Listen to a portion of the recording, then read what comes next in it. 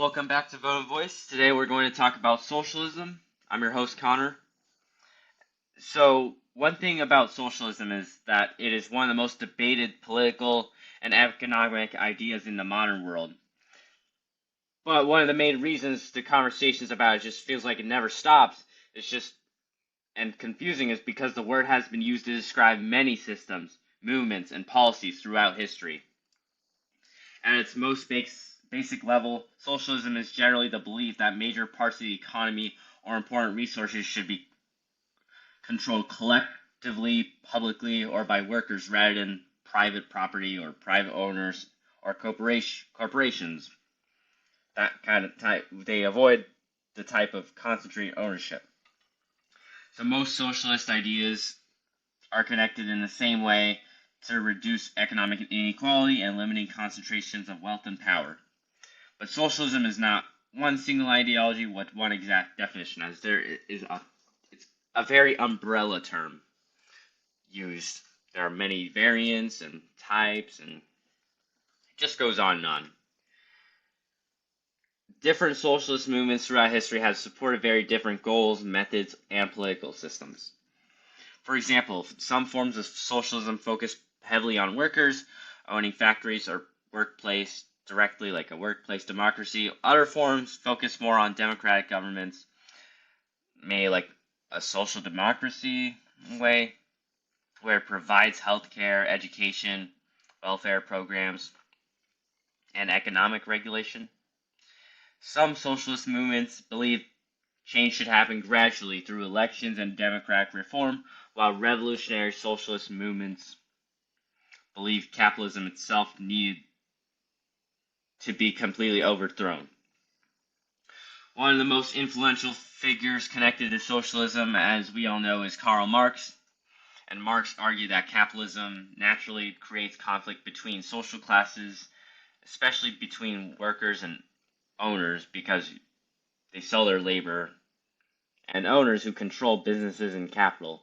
And he believed that capitalism would eventually produce extreme inequality and instability, and more like democratic backsliding, because business owners compete for profit while workers struggle over wages and working conditions. Marx believed that workers would eventually develop class consciousness, meaning they would recognize their shared economic interests and challenge capitalist systems politically and economically. However, many modern socialist movements differ significantly from Marx's original theories. And today, when people talk about socialism, they are referring to very different things depending on the country and political context. So in the United States, the term socialism is sometimes broadly used to describe policies like universal health care, tuition-free college, stronger labor protections, higher taxes on wealthy individuals, or larger welfare programs. It goes on and on. I mean, you have politicians such as Bernie Sanders, who often describe themselves as democratic socialists. Through many of the policies associated with them already exist in capitalist countries across Europe. In countries like Sweden, Norway, and Denmark, governments provide extensive social welfare programs, systems like universal health care, subsidized education, stronger labor protections, while still operating market-based capitalist economies. Because of this, many political scientists describe these countries as social democracies rather than fully socialist economies.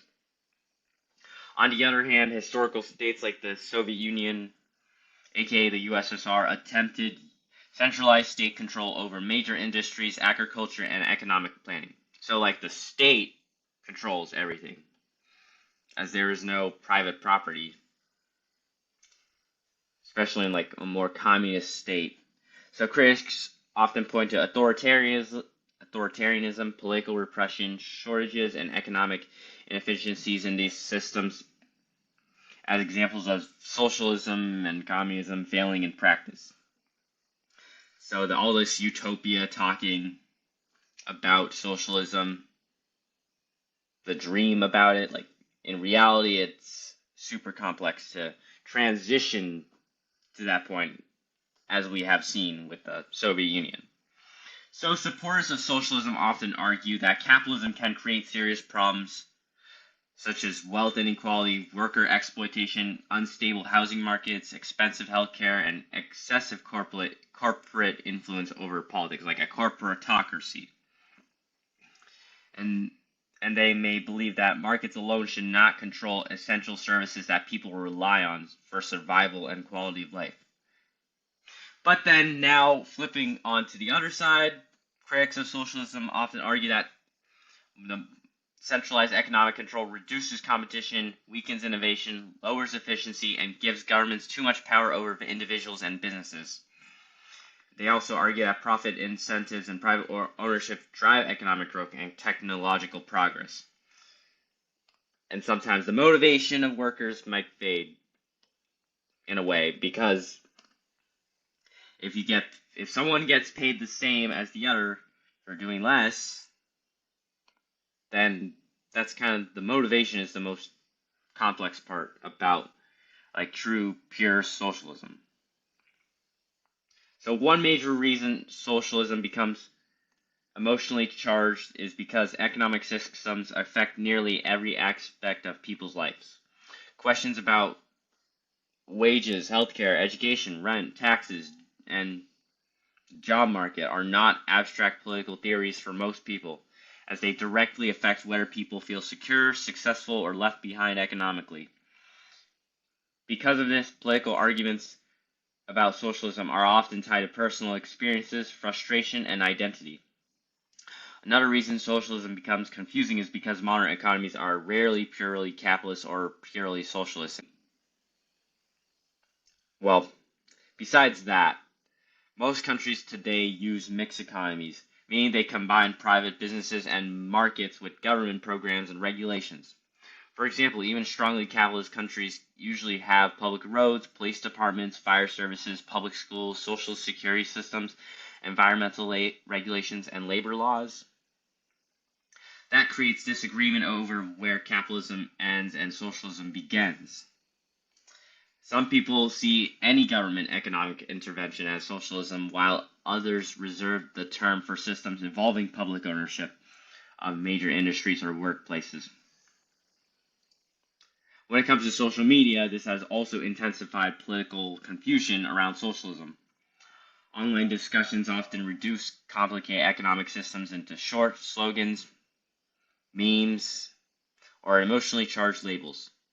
This can make productive discussions difficult because people may react emotionally to the word itself before discussing actual policies in detail. For example, two people might support the same healthcare policy while completely disagreeing on whether it should be considered socialist.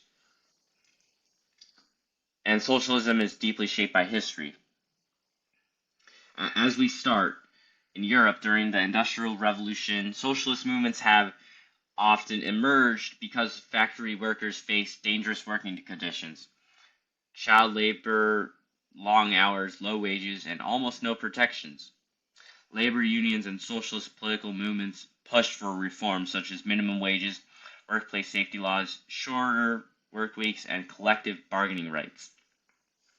Some of these reforms eventually became widely more accepted even in capitalist societies. And throughout the 20th century, socialism has been connected to many global political conflicts, including the Cold War between the United States and the Soviet Union, between these two completely different economic systems. Because of that history, the word socialism still carries strong emotional and ideological associations today, depending on a country's culture and historical experience. In some places, socialism is associated with social protections and economic fairness. In others, it is associated with authoritarian governments and economic failure, eventually collapsing. That's why debates about socialism often become arguments not only about economics, but also about freedom, equality, government power, fairness, opportunity, and the role society should play in people's lives.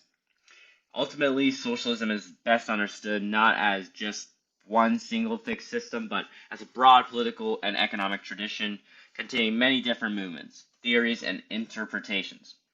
And the reason the debate continues so strongly today is because the questions underneath socialism are still unresolved. It's a lot of questions to answer. like how much inequality should society tolerate, or what role should governments play in the economy? Should essential services operate for profit? How should wealth and opportunity be distributed? How do you put people over profit? And what responsibilities should societies have toward people who struggle economically? These are the questions why socialism remains one of the most important and controversial ideas in modern politics.